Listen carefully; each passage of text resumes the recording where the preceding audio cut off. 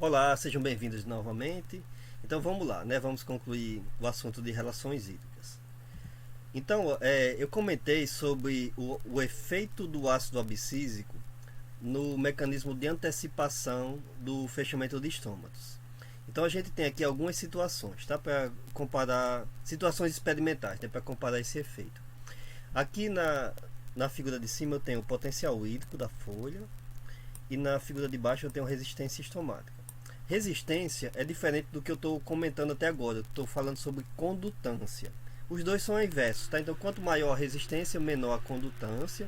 Quanto maior a condutância, menor a resistência estomática, né? Então, dá para fazer essa relação direta.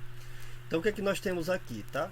Isso aqui foi uma situação em que eles impuseram estresse hídrico em plantas através da diminuição da quantidade de água nos solos em que elas estavam crescendo.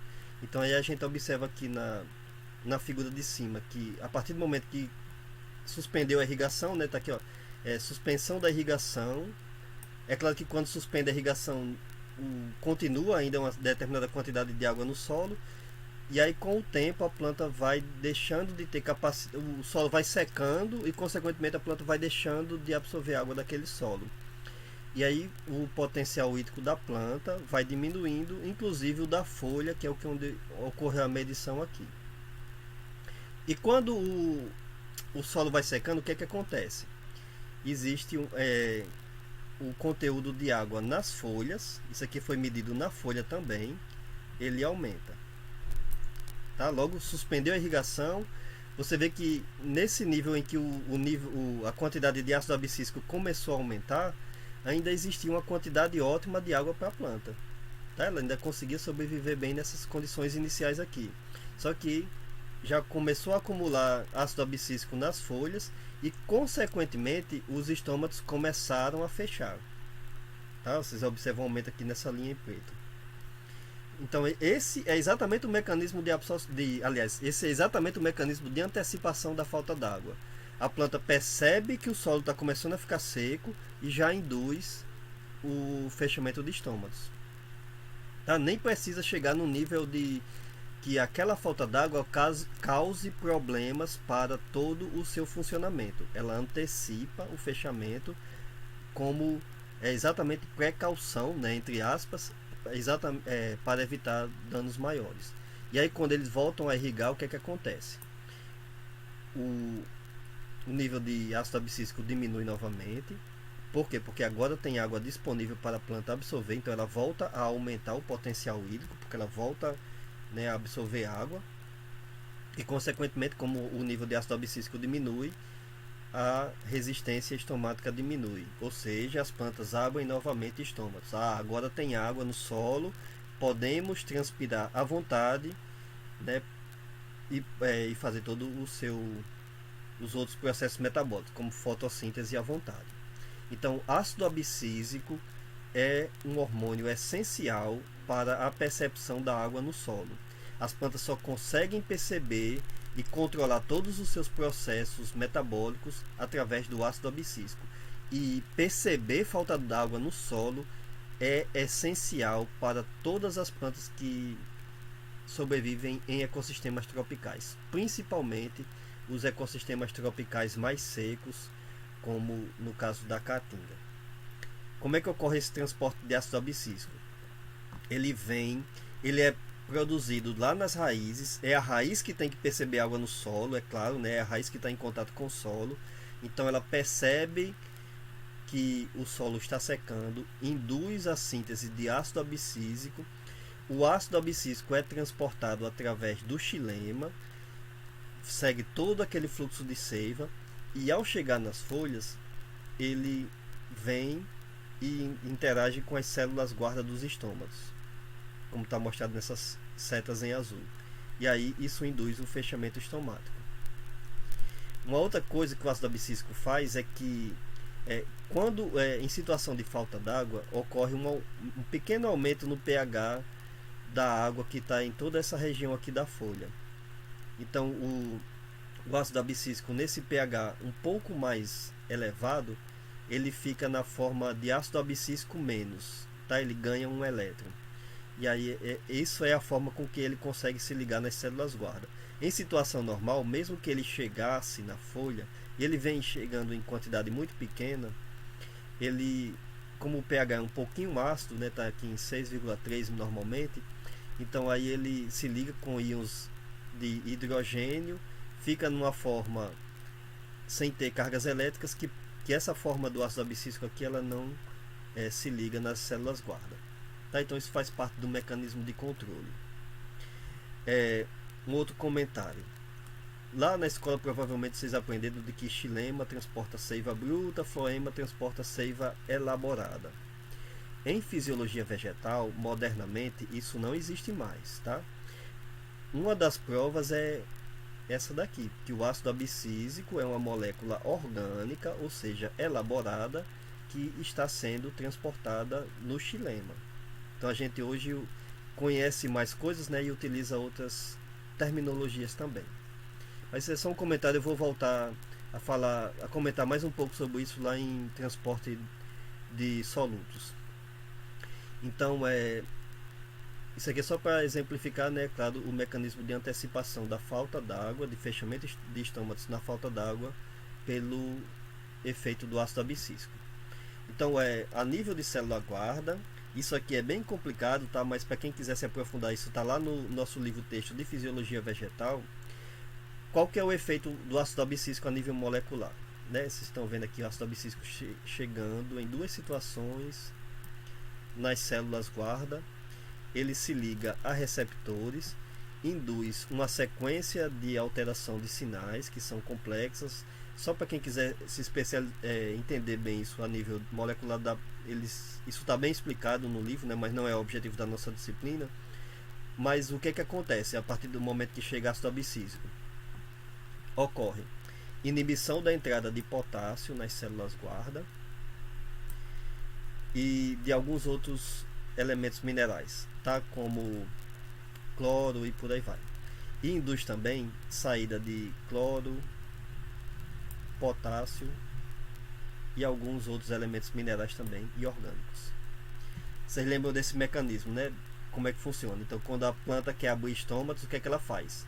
Ela acumula íons, baixa o potencial osmótico, consequentemente baixa o potencial hídrico, isso induz a entrada de água, as células ficam mais túrgidas e consequentemente os estômatos ficam mais abertos.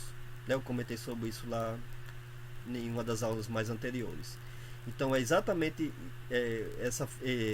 o nível de estudo, né, na fisiologia chegou ao ponto de entender passo a passo como é que acontece esse mecanismo, mas basicamente, né, para nosso interesse aqui é exatamente que as células guarda estão respondendo ao ácido abscísico, induzindo saída de solutos inorgânicos e inibindo a entrada de solutos inorgânicos para o mecanismo de funcionamento.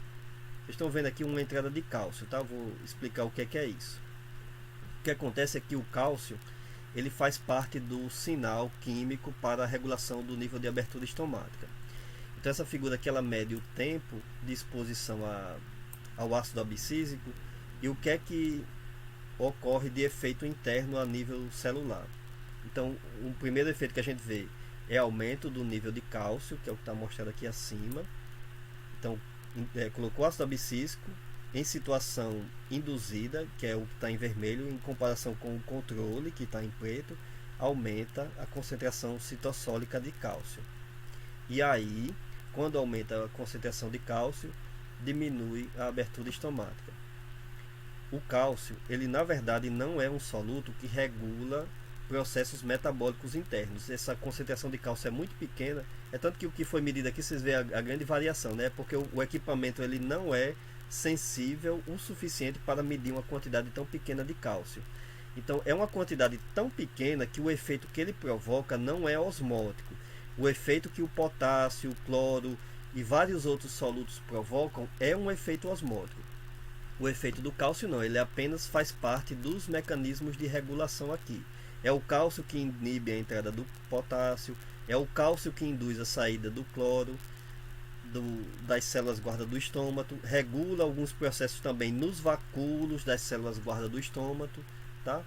Mas assim, a nível do que eu quero comentar para vocês na nossa disciplina, é que o ácido abscísico ele está por trás da regulação do mecanismo de abertura e fechamento de estômatos, porque ele controla a entrada e a saída de solutos, principalmente solutos inorgânicos. Ok? Então vamos adiante. O que é que o pessoal faz, né, para tentar entender esse efeito do ácido abscísico?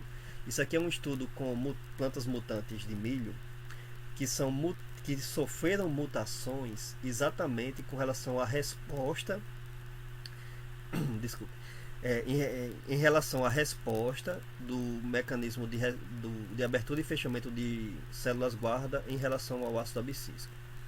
Então aqui eu tenho a planta do tipo selvagem em condição boa, tá? Em situação hídrica adequada. Então isso significa que quanto mais tempo, né, depois que ela foi colocada em uma determinada situação ali, a planta está na situação, ela foi colocada em condições ótimas, então quanto mais tempo ela passou ali naquela situação, ela induziu mais crescimento de partes aéreas, que é o que está mostrado aqui no eixo Y, tá? Quando a planta do tipo selvagem, por enquanto fiquem só nesse vermelho mais escuro, tá? Então quando a planta do tipo selvagem foi colocada em uma condição de baixa disponibilidade de água, aí o que aconteceu? Ela cresceu também, mas cresceu numa intensidade muito menor, porque as condições não eram ótimas. As plantas mutantes que não respondem bem ao ácido abscísico, o que aconteceu com elas? Se a condição hídrica está ótima, elas crescem bem, só que elas têm um crescimento menor do que a planta do tipo selvagem. Ou seja, ela não está conseguindo controlar bem o nível de abertura estomática, exatamente porque ela não está respondendo bem, não está percebendo bem o nível de água lá do solo, né? Então aí os estômatos não estão sendo bem regulados pela deficiência de perceber o ácido abscísico, né, produzido nas raízes. Na planta mutante, ela cresce mais do que a planta do tipo selvagem. Aí a gente pode pensar assim, bom, então isso é uma vantagem, né? Já que a planta mutante que não responde ao ácido abscísico em situação de seca está crescendo melhor, isso é vantagem até um determinado ponto, tá? Porque se a falta d'água demorar muito tempo, então consequentemente essa planta que cresceu mais, ela vai morrer mais cedo também, tá? Então isso depende da situação. Pode até se pensar nisso a nível de melhoramento genético, mas sempre terá que ter um controle no seu crescimento, né, no seu meio de crescimento, porque senão essa é uma espécie que responde com menos eficiência a fatores ambientais, ok? Mas é muito importante para a gente entender mecanismos de tolerância da planta ou mecanismos fisiológicos quando a gente estuda essas mutações. Então na figura A eu estou mostrando o que está acontecendo em partes aéreas, aqui na figura B eu vou mostrar o que acontece em raízes.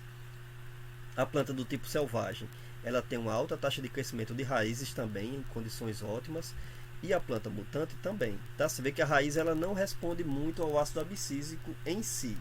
Só que na condição de baixa disponibilidade de água, a planta do tipo selvagem, ela induz um crescimento maior de raízes, e a planta mutante, ela continua tendo um crescimento de raiz adequado, né, digamos assim, mas ela tem um crescimento de raízes menos intenso do que a da planta do tipo selvagem. Todos esses dois crescimentos de raízes aqui, eles são menores do que na condição hídrica ótima, mas vocês observam que a planta do tipo selvagem, ela inibiu menos o crescimento de raízes do que a planta mutante, ok? Então é basicamente isso que está querendo mostrar.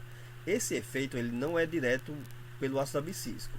É um efeito que aconteceu pelo seguinte: se a planta do tipo selvagem inibe mais o crescimento de partes aéreas, ela passa a induzir um crescimento maior de raízes, consequentemente, para equilibrar o seu desenvolvimento ali no solo. E a consequência disso é que a planta do tipo selvagem, quando a gente mede relação raiz-parte aérea, ou seja, proporcionalmente, como é que está vendo a distribuição de biomassa naquela planta? Onde é que ela está investindo mais? Em situação de falta d'água, o que acontece é que as plantas do tipo selvagem, elas proporcionalmente investem mais em raiz do que em partes aéreas. Por que que isso é importante para a sobrevivência de plantas em ambientes? Isso tem dois efeitos essenciais para a sobrevivência da planta. Em primeiro lugar, se ela está investindo mais em raízes, ela vai poder explorar uma porção maior do solo em busca d'água e, consequentemente, sobreviver melhor num ambiente. Por outro lado, se ela diminui o crescimento de partes aéreas, o que vai acontecer é que ela vai produzir menos folhas, vai transpirar menos, então aquela água que está sendo escassa no solo, que a raiz está crescendo para poder absorver, ela vai ser melhor utilizada, já que ela tem menos folhas transpirando. Tá? Então, controlar relação raiz-parte aérea é essencial para a sobrevivência de plantas em ambientes secos. Isso só é possível, né, através do hormônio vegetal chamado ácido abscísico. Vê que a planta deficiente, a planta mutante que é deficiente na resposta ao ácido abscísico, ela simplesmente mantém a mesma relação parte aérea, não importa a variação de umidade, né? Se o solo está mais seco, se está mais úmido, não importa, ela vai mantendo a mesma proporção. E isso não é bom do ponto de vista de sobrevivência. Ela precisa regular, precisa explorar um solo, ou explorar água em locais mais distantes em relação aonde a planta foi colocada, e diminuir também a transpiração na parte aérea. Ok? Eu sempre comento isso, né? Plantas germinam e completam todo o seu ciclo de vida no mesmo local, né? Se ela está ali naquele local, ela não tem como sair e procurar um local mais úmido. Ela vai procurar, entre aspas, aprofundando as suas raízes em busca da água e controlando também a transpiração.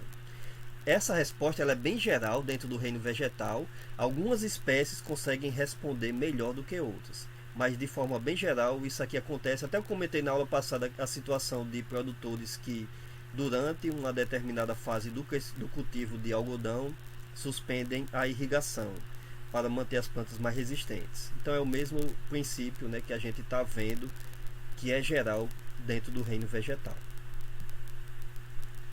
Bom, então em situações de falta d'água, existem diversos efeitos fisiológicos.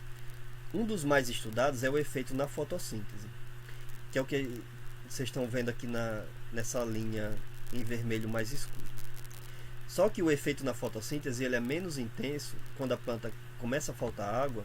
Você vê que aqui no eixo X tem potencial hídrico da folha, tá? Então, quanto mais baixo, consequentemente, né, folhas em locais mais secos, por isso que elas estão com nível menor de água também. Mas o efeito primeiro é uma redução na expansão foliar, que é o que está mostrado aqui em azul. Então, faltou água, a folha começa a reduzir o potencial hídrico, o efeito mais rápido que acontece é redução na taxa de crescimento, tá? Taxa de expansão. Inclusive, quando vocês fazem trabalhos em casa de vegetação ou até no campo, né, às vezes vocês vão com a régua para medir o tamanho da planta ou com outros instrumentos para medir o crescimento. O primeiro efeito, podem ter certeza que vocês vão observar quando as condições hídricas não estão ótimas, é uma redução no crescimento da planta, porque não só a folha, mas todas as células diminuem a sua taxa de expansão. Até comentei isso na aula passada, né? Tem que ter uma condição ótima ali.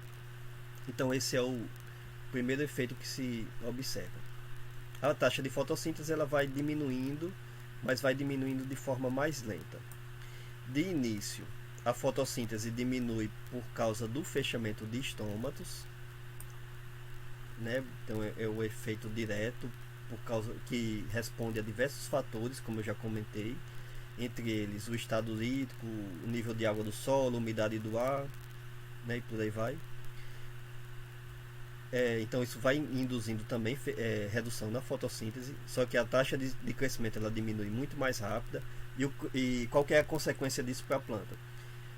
Se a planta já diminuiu o seu crescimento e continua fazendo fotossíntese, então durante um certo período ela passa a acumular solutos orgânicos, tá? Principalmente açúcares, amido, outros carboidratos. Então pode ser que com o tempo esse excesso de açúcares por si só iniba a fotossíntese. Aí a gente vai ter uma inibição da fotossíntese provocada por dois fatores. Um deles, o fechamento de estômatos, que é um efeito direto em resposta à falta d'água. E um segundo efeito que só ocorre quando o tempo de exposição à falta d'água foi mais demorado, que é o acúmulo de açúcares diretamente afetar a fotossíntese, que esse daí seria uma inibição metabólica do processo.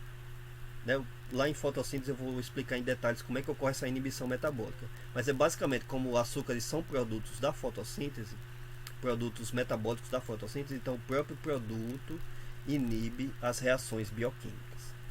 Então são esses dois efeitos que vão acabar acontecendo.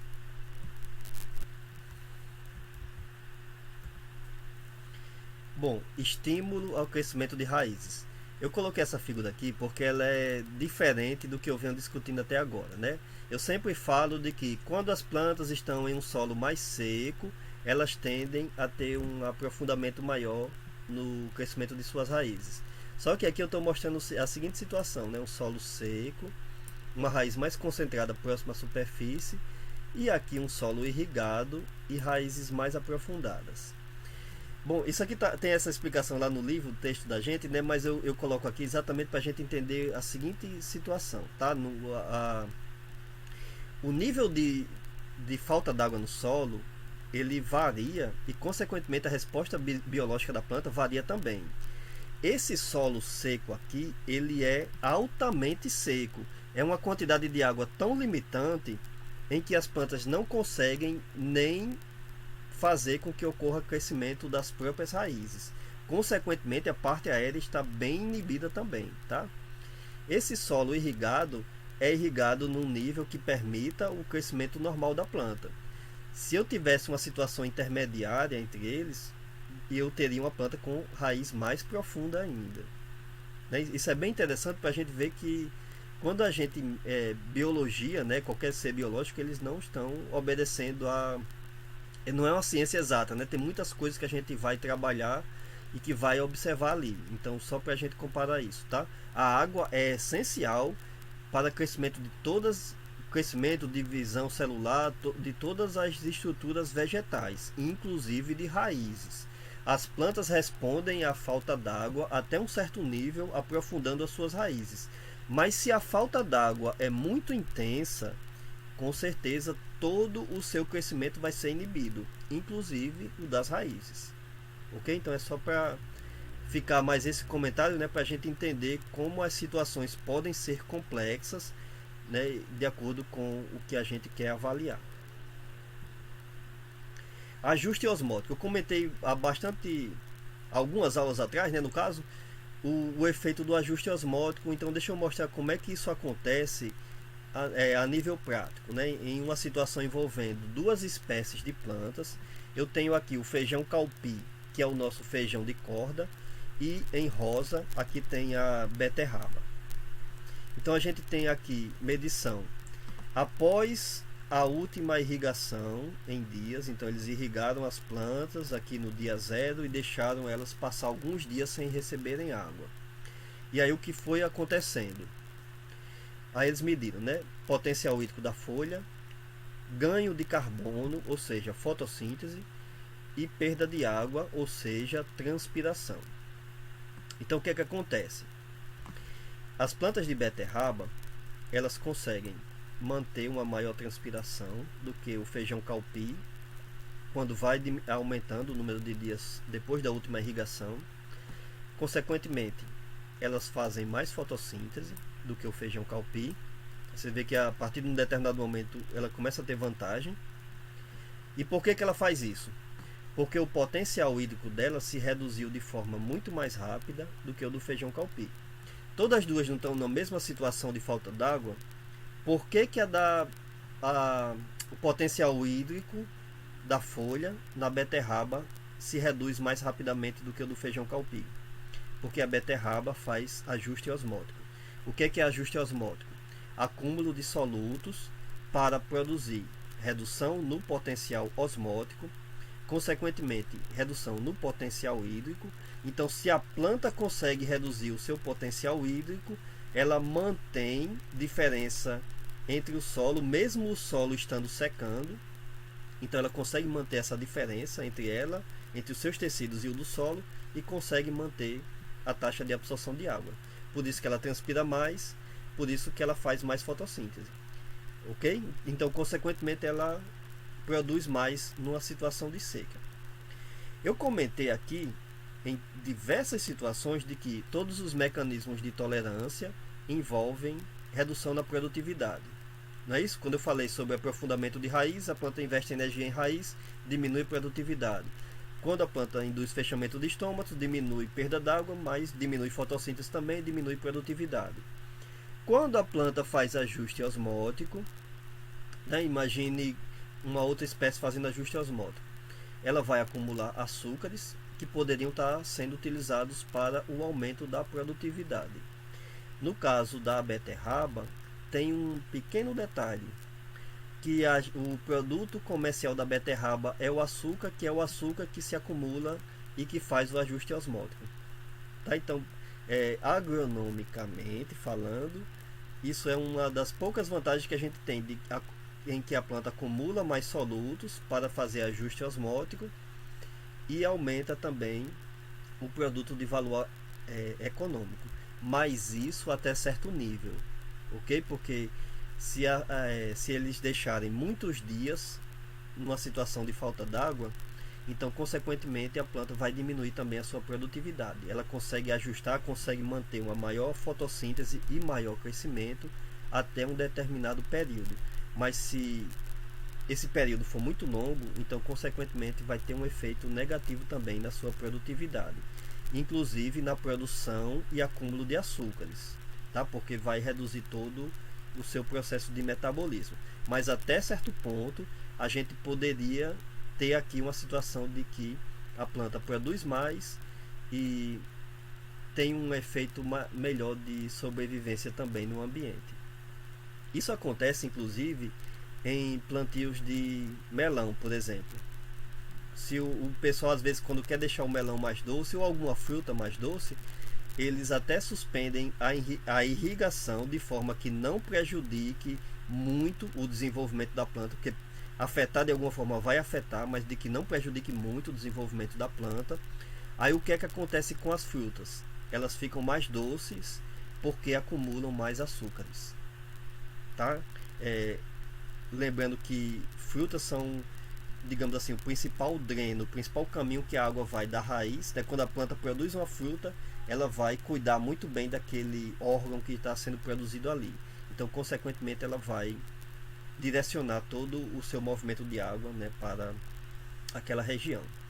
Eu vou comentar ainda mais uma vez, né, sobre isso quando eu falar sobre transporte de solutos, mas é basicamente esse efeito que acontece em diversas vezes. Por que às vezes a gente come uma melancia, tá um gosto muito aguado, né? Tem muita água, porque ela foi cultivada em uma situação ótima do ponto de vista hídrico, a planta cresceu muito bem naquela situação, mas não precisou acumular muitos açúcares nos frutos. Então dá para até fazer essa regulação a nível de produção também, tá? Mas o que eu quero por enquanto que vocês entendam é isso, né?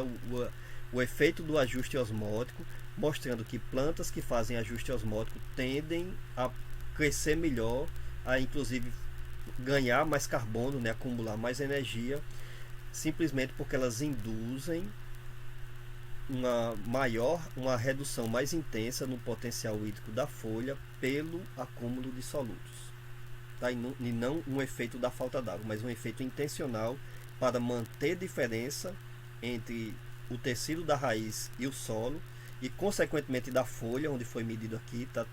Todos os tecidos da planta precisam reduzir o seu potencial osmótico e aí manter também a absorção de água.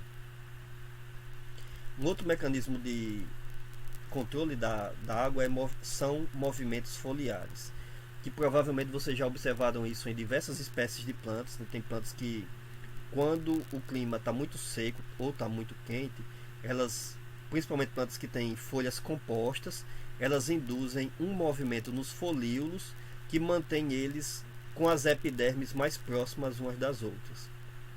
Então, digamos assim, controlando melhor um microclima, formando melhor um microclima interno para controlar melhor a transpiração.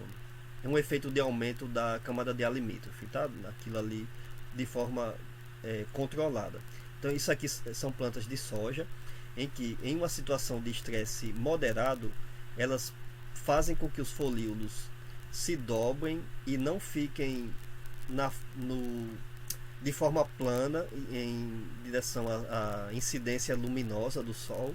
Então, se não tem água suficiente para transpirar, para evitar aquecimento excessivo que vai causar problemas metabólicos, como eu comentei na aula passada, elas induzem esses movimentos.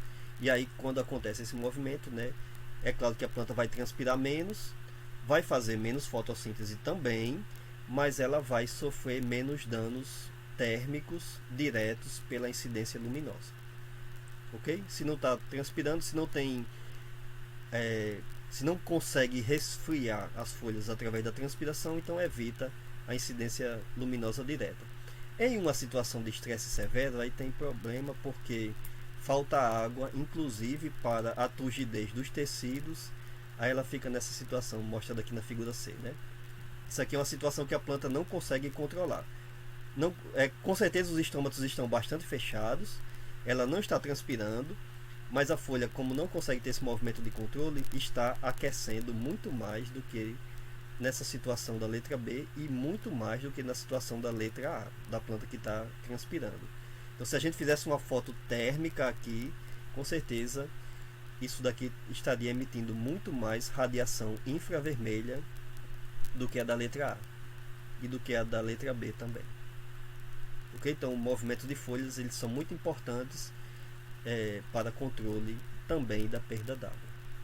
E mais uma vez afeta negativamente a produtividade, né? Porque a planta vai fazer menos fotossíntese, vai acumular mais energia, né? Mas é um mecanismo de resistência. Então a gente pode enumerar diversos efeitos da falta d'água durante o crescimento de plantas. Então aqui eu tenho potencial hídrico da planta, desde a água pura a menos 0 megapascal. O que é menos 0? Né? Não existe, tá? É 0 megapascal. É que a gente já está na 5ª edição do nosso livro de Fisiologia Vegetal. Eu sempre observo esses slides que eles liberam, que eles deixam, né, para quem faz alguma assinatura lá, e sempre vem com esse erro de menos 0. Provavelmente a pessoa simplesmente saiu digitando, né, de menos 1, menos 4 até aqui e deixou o menos 0. Mas é 0, tá? Megapascal, quantidade ótima de energia. Então o que é que a gente tem, tá? Até um certo nível a gente pode dizer que até um certo nível de variação do potencial hídrico da planta, a gente pode dizer que ela está bem irrigada, porque variações ao longo do dia são normal. Mas observem aqui, né, quando essa linha vai afinando, isso significa que o processo fisiológico vai diminuindo. Então, mesmo numa planta bem irrigada, o primeiro efeito que nós observamos é redução na taxa de expansão celular. Como eu comentei, né, aquele efeito lá que, se você vai medindo plantas em campo ou na casa de vegetação, é o primeiro efeito que você observa. Em seguida, né, a gente vai observando outros efeitos, como redução na síntese de componentes da parede celular, redução na síntese de proteínas, e depois a gente observa a redução na condutância estomática. Então, só num determinado nível, quando a gente já pode dizer essa planta já está num estresse hídrico moderado, aí ela começa a fechar estômatos. E, consequentemente, quando ela induz o fechamento de estômatos, ela começa a reduzir a fotossíntese. Né? Eu acabei de comentar como é que acontece esse efeito. Então, existem diversos aspectos fisiológicos que vão acontecendo e que eles vão acontecendo em sequência, ajudando a planta a se adaptar ao ambiente, né? E tem outros efeitos que eles são através de acúmulo. Então, por exemplo, acúmulo de solutos, ajuste osmótico, que eu acabei de comentar, ele vai aumentando a partir da medida que a planta vai sofrendo estresse hídrico, até chegar numa planta em uma situação mais extrema, deles se acumularem para manter a taxa de absorção. Acúmulo de ácido abscísico é uma outra coisa que aumenta também, né, para induzir fechamento de estômagos, que eu acabei de comentar também como é que isso daqui acontece, né? Então, esses diversos efeitos fisiológicos, eles são interessantes de serem estudados, né? E todos eles, quando vão acontecendo em resposta à falta d'água, eles vão contribuindo para os mecanismos de adaptação da planta. Bom, então, para finalizar essa parte de mecanismos de tolerância à seca, eu quero mostrar aqui um estudo feito no Instituto de Pesquisas Agronômicos de Pernambuco, com 6 espécies nativas da caatinga, onde foram medidos os potenciais hídricos foliares ao meio-dia. Essa medição ela aconteceu no início da estação seca, ou seja, as plantas tinham que ter folhas para poder medir o potencial hídrico dessas folhas. Então elas já estavam começando a sofrer por falta d'água no solo, né? Fazia 2 meses após a estação chuvosa, mas elas ainda conseguiam manter algum crescimento, né? Ou alguma produtividade ali naquela situação. Então se a gente compara essas diferentes espécies, vocês observam aqui que o potencial hídrico foliar ao meio-dia, que é exatamente a hora que a tendência é que o potencial hídrico foliar fique mais baixo, porque é a hora que as plantas tendem a transpirar mais, ele varia muito de espécie para espécie. Então vai desde a umburana, aliás, que consegue manter um potencial hídrico alto por volta do meio-dia, até o marmeleiro, que mantém um potencial hídrico muito baixo. Por que que existem essas diferenças? Porque cada espécie utiliza mecanismos diferentes para sobreviver no ambiente. Algumas dessas espécies vão ter raízes profundas. Consequentemente, elas conseguem manter, mesmo após a estação chuvosa, por volta do meio-dia, um potencial hídrico alto, porque elas estão transpirando, mas ao mesmo tempo elas estão repondo água.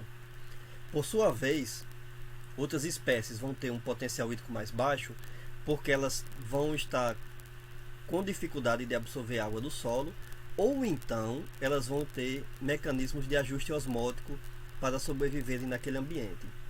Com certeza elas vão estar com os estômagos mais fechados, elas vão estar respondendo ou se adaptando em diversas situações, elas já vão estar crescendo menos, provavelmente já vão estar induzindo a produção de sementes e frutos ali para deixar descendentes no local. Mas é interessante comparar isso daqui pelo seguinte: não quer dizer que se você mede potencial hídrico, você sabe que uma planta é mais resistente ou mais tolerante do que outra. Porque todas elas são tolerantes ao ambiente em que elas estão, né? Todas elas conseguem sobreviver bem e conseguem completar o seu ciclo de vida naquele local. A questão é que, quantitativamente, elas utilizam diferentes mecanismos. Não quer dizer que a umburana não faz ajuste osmótico. Pode fazer, tá? Não foi medido nesse experimento aqui. Só que ela vai fazer com uma intensidade menor do que o marmeleiro, por exemplo, já que ela tem raízes mais profundas. E por aí vai, tá? Todos esses mecanismos que eu comentei, eles são importantes, mas a intensidade com que eles são utilizados, dependendo da espécie, varia muito, né? Então, e falta muito estudo ainda, tá? Tem muita coisa para a gente compreender ainda sobre o desenvolvimento de plantas em nossos ecossistemas, inclusive em ecossistemas em que o pessoal estuda mais, né? Que tem mais investimento em pesquisa. Então, mas principalmente no caso dos nossos, tem muito mecanismo interessante e importante para a gente compreender, que poderia ser útil para a compreensão da adaptação das plantas em diversos outros ecossistemas, né? Então, mesmo com as dificuldades que pesquisa que nós temos ainda aqui, né, no Brasil, mas ainda assim é muito desafiador, né, e muito interessante mexer com essas pesquisas. Bom, então finalmente agora eu encerro o assunto de relações hídricas na disciplina de Fisiologia de Árvores.